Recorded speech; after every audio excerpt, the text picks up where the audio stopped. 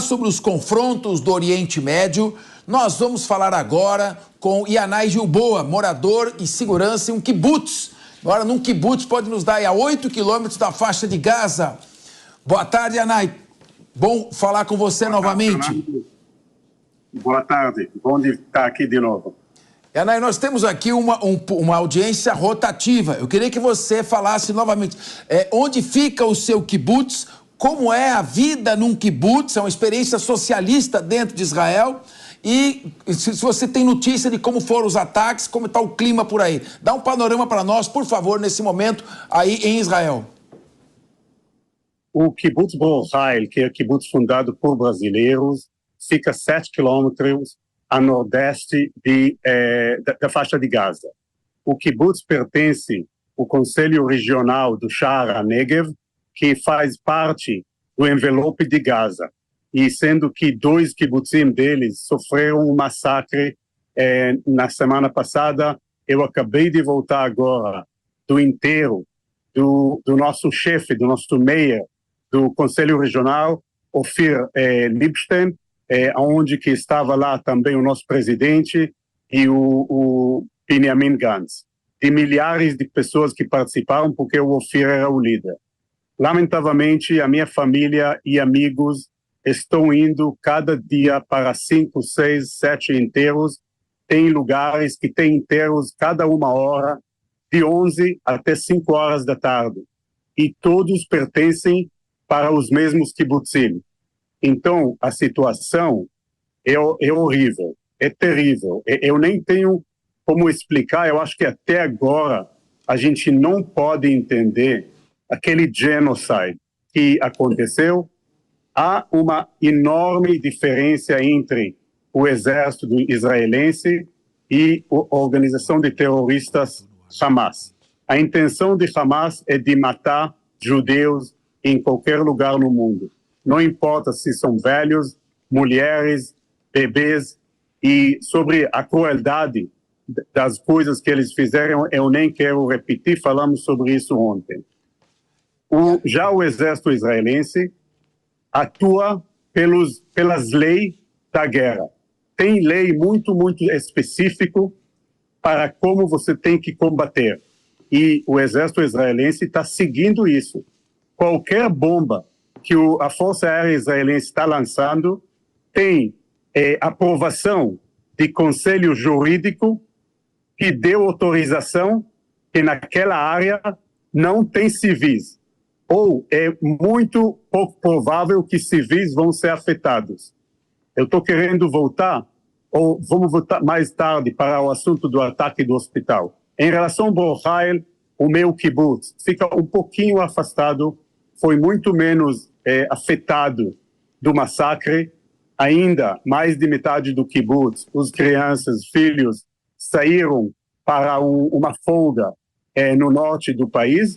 E os jovens, que são soldados, ou gente que já tem a minha idade, ficam lá para vigiliar e para fazer certeza que terroristas não vão fugir e entrar na nossa aldeia.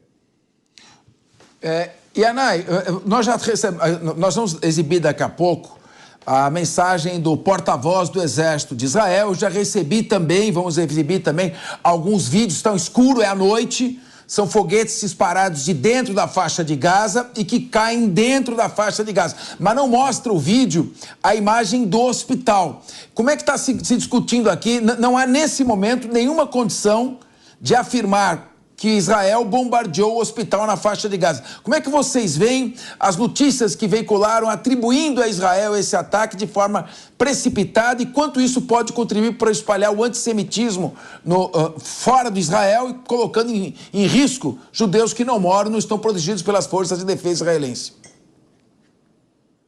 Se o narrativo palestino do Hamas vai ganhar, então isso vai fazer muito mal e vai acrescentar no mundo inteiro o antissemitismo. Mas ontem vocês me perguntaram o que eu estou sabendo sobre esse ataque e eu falei, eu ouvi dessa notícia, mas a gente tem que esperar para a porta-voz do exército israelense chegar com a conclusão. Demorou para ele algumas horas, porque precisávamos fazer certeza que não foi nenhum avião israelense que lançou um míssil ou uma bomba de intenção ou de engano. Então, aquilo que ele mostrou hoje de manhã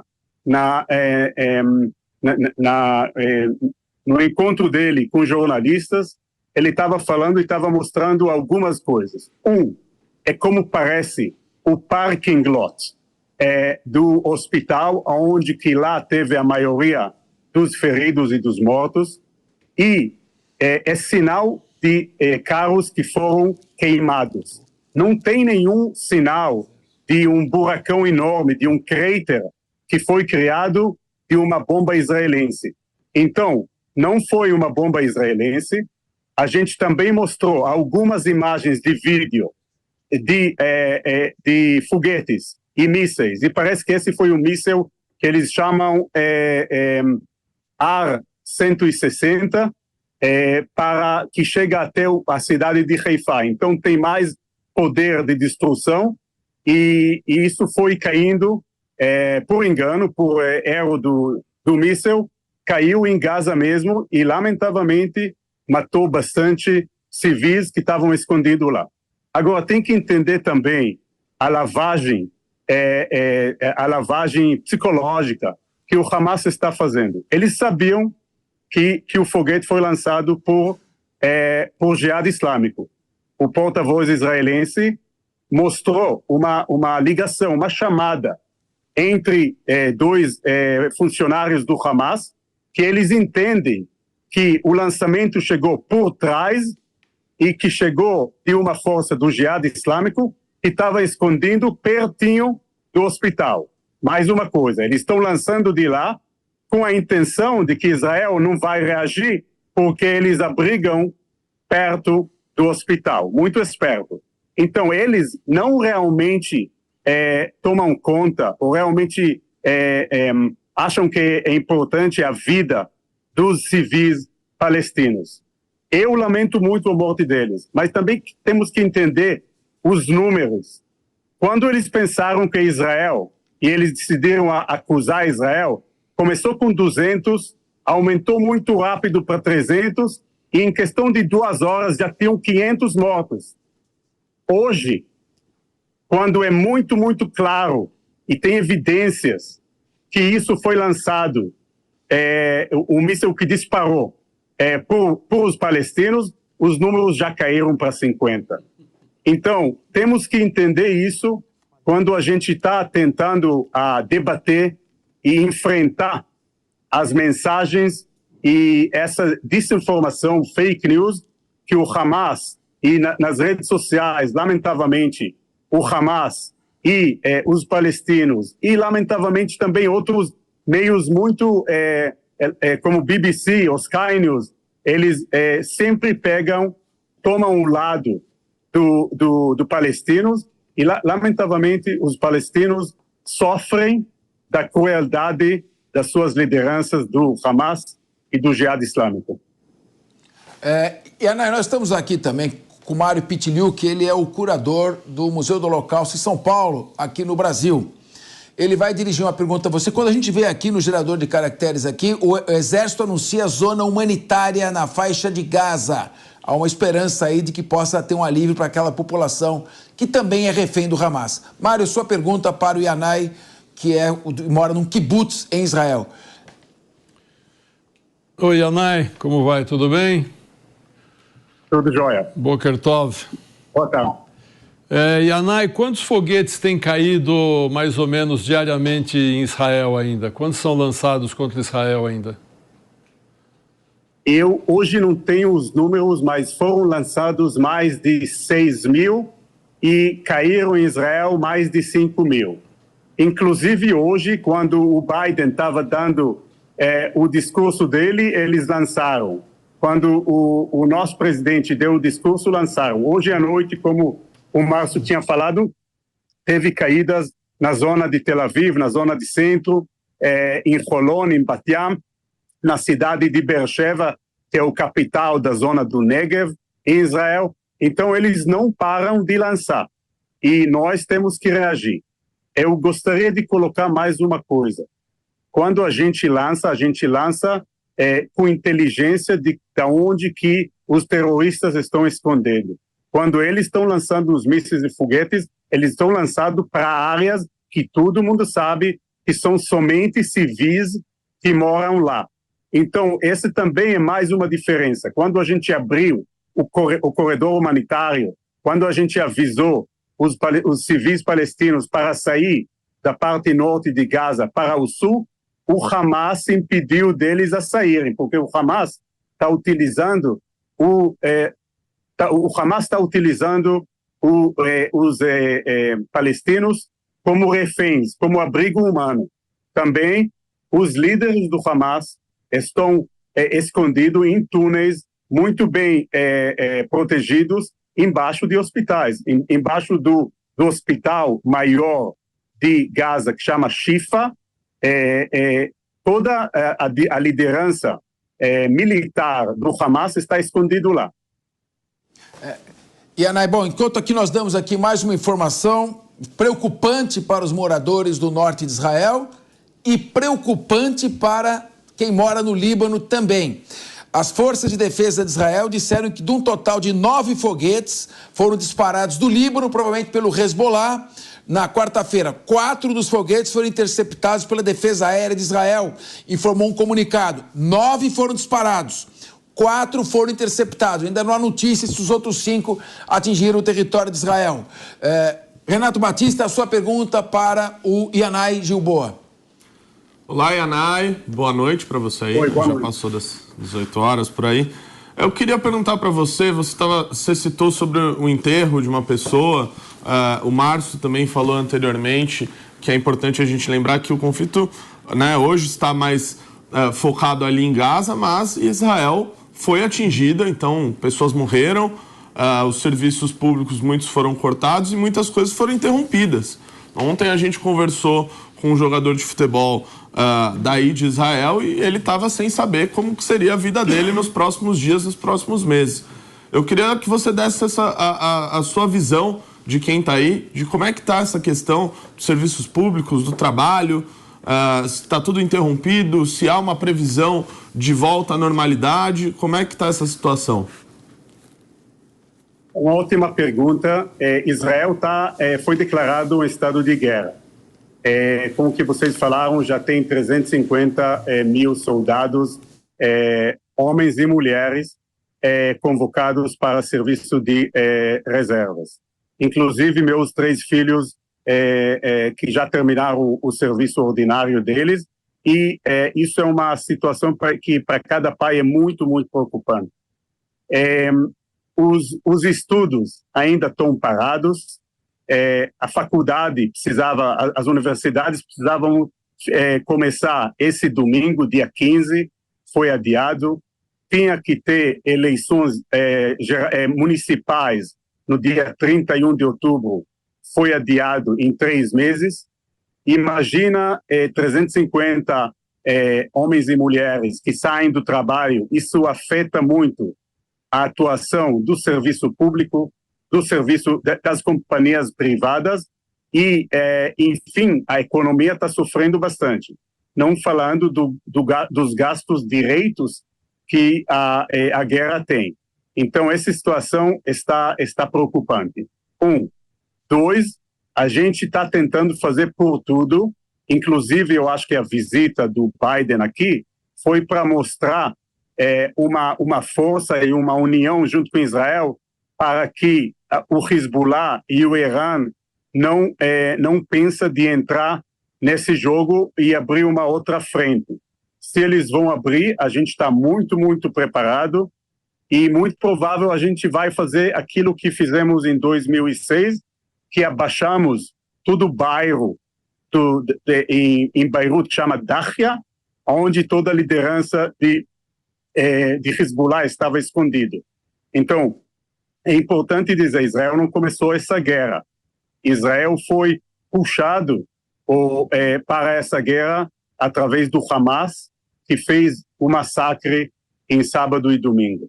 Se precisávamos, vamos lutar.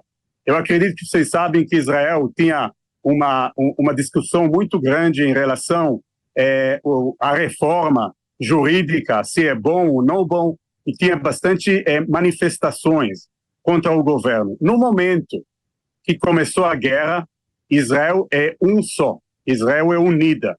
Então temos um governo, o público inteiro apoia o governo, tem também governo de emergência com o segundo partido no Knesset, no parlamento.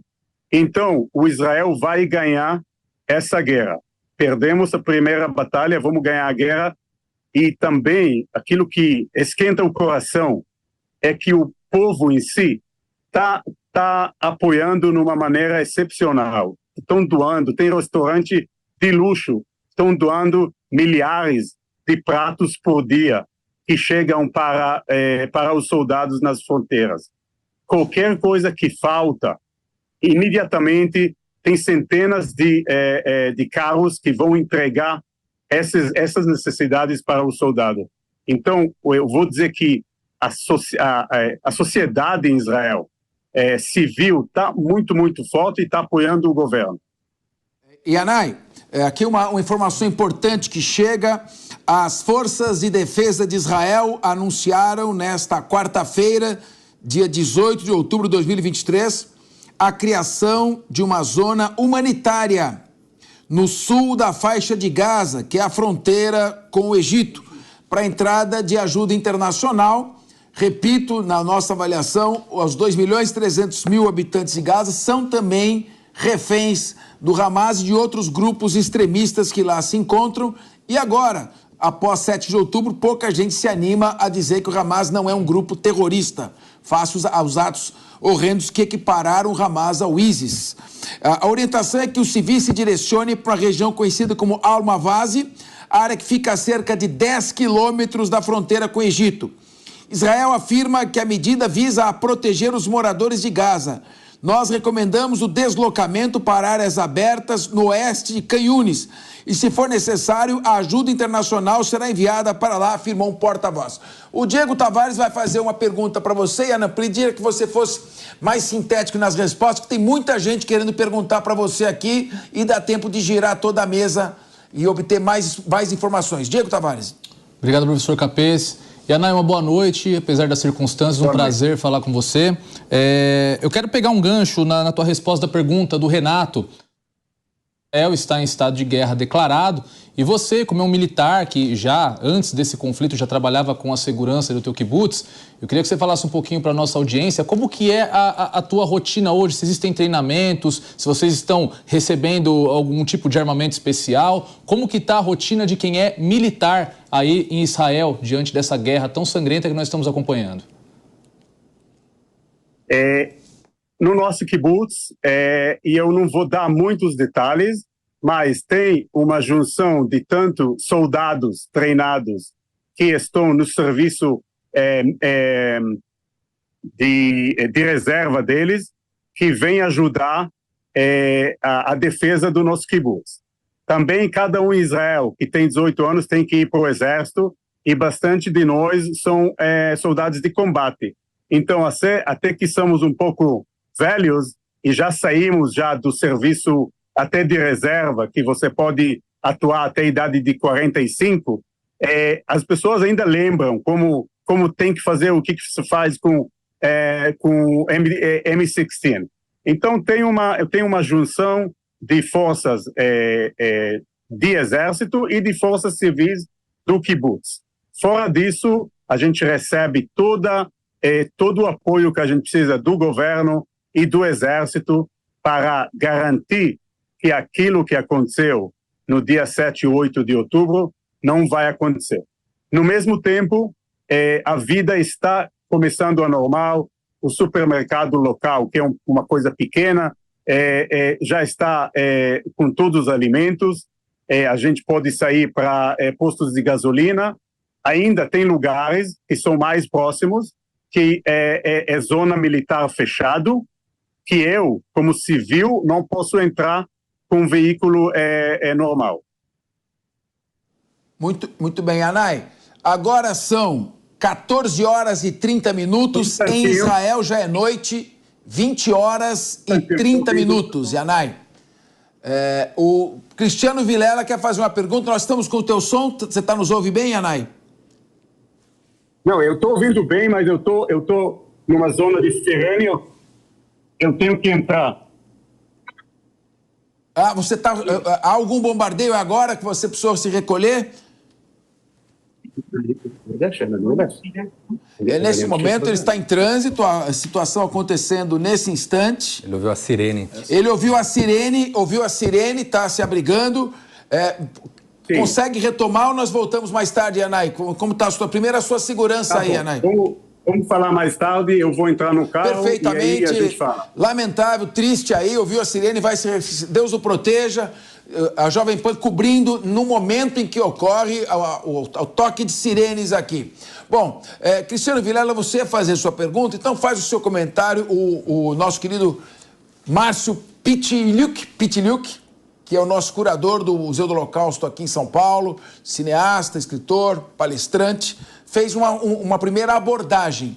Gostaria que você comentasse em cima do que ele falou sobre a possibilidade de uma guerra por procuração e se Israel tem algum jeito de cumprir seus objetivos militares, que é a libertação dos reféns e a neutralização definitiva do Hamas como liderança, sem produzir tantos efeitos colaterais. Olha, Capês, uma boa tarde a você, aos amigos da mesa e todos que estão acompanhando o Linha de Frente.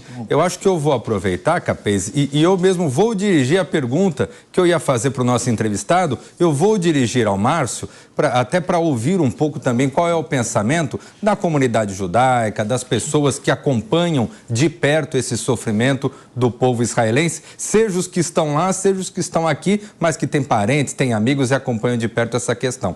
Márcio, algo que tem chamado a atenção, estamos aí com 12 dias desde o início dos conflitos, né, é com relação ao posicionamento do governo brasileiro. Quer dizer, que talvez se de um lado tenha sido hábil e rápido, né, o Itamaraty no sentido de fazer a repatriação das pessoas que quiseram voltar ao Brasil, mas por outro lado talvez tenha titubeado um pouco em dar nome aos bois durante esse contexto de guerra. Qual que é a sua avaliação, qual que é a avaliação da comunidade judaica como um todo com relação ao que o governo brasileiro, a forma como o governo brasileiro vem se posicionando durante esse conflito?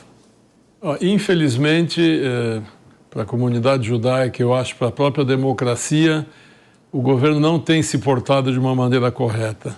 Em primeiro lugar, até agora, o governo brasileiro não reconheceu que o Hamas é uma organização terrorista. A desculpa infame que deram é que a ONU não reconhece o Hamas como organização terrorista. Em primeiro lugar, eu não sabia que é a ONU que decide a postura brasileira em assuntos internos. Fiquei surpreso com isso. Segundo, é que todas as democracias reconhecem o Hamas como organização terrorista. A Europa reconhece isso, Estados Unidos, Inglaterra, França, todos os países democratas reconhecem. Então, dizer que não é um organismo terrorista é uma coisa muito feia para a diplomacia brasileira. O Hamas, vamos lembrar o que o Hamas fez no dia 7 de outubro. O Hamas assassinou bebês, queimou corpos, ele chegou a matar os pais na frente dos filhos e depois matou os filhos. Isso é filmado, eles queimaram corpos, vários corpos tiveram que ser identificados por DNA, que familiares não conseguiam reconhecer. Estupraram garotas, levaram garotas e bebês como reféns. E, pessoal, eles filmaram isso, eles documentaram isso e colocaram na internet. Os nazistas, na Segunda Guerra Mundial, quando também assassinaram os judeus, eles fotografaram isso, mas guardaram essas fotografias, esconderam os filmes que foram descobertos depois da Segunda Guerra Mundial. O Hamas não, o Hamas filmou, fotografou e colocou na internet para quê? Para dizer para o mundo, eu sou uma organização terrorista, eu quero fazer o terror, eu quero destruir. O que mais o governo brasileiro precisa para acreditar no próprio Hamas? Será que eles precisam ligar para o chefe do Hamas, alô, é do Hamas? Por favor, vocês são uma organização terrorista que eu quero me posicionar? E o Hamas vai dizer, mas você não viu os filmes que eu fiz? Você não viu a barbaridade que eu fiz? Você não viu que eu sequestrei civis? Quem sequestra civil? É terrorista, é bandido. Então, não tem como negar isso. Quanto a outra pergunta sua, como está a comunidade judaica? Está em choque, todos os meus amigos estão chocados. O Yanai é primo da minha namorada, mudou para Israel há muitos anos. Todos nós temos amigos, parentes em Israel. Todos nós conhecemos pessoas que morreram. Ontem, anteontem, acabei de saber que a prima de uma amiga brasileira morreu também, morreu lá num kibbutz. Teve um kibbutz que mataram mais de 100 pessoas. Quer dizer, kibbutz, acho que tinha 200 pessoas, 100 foram assassinadas, outros foram sequestrados. A barbaridade é imensa. Então, Israel ainda está sofrendo as consequências desse ataque do dia 7. A comunidade no Brasil está chocada junto com eles.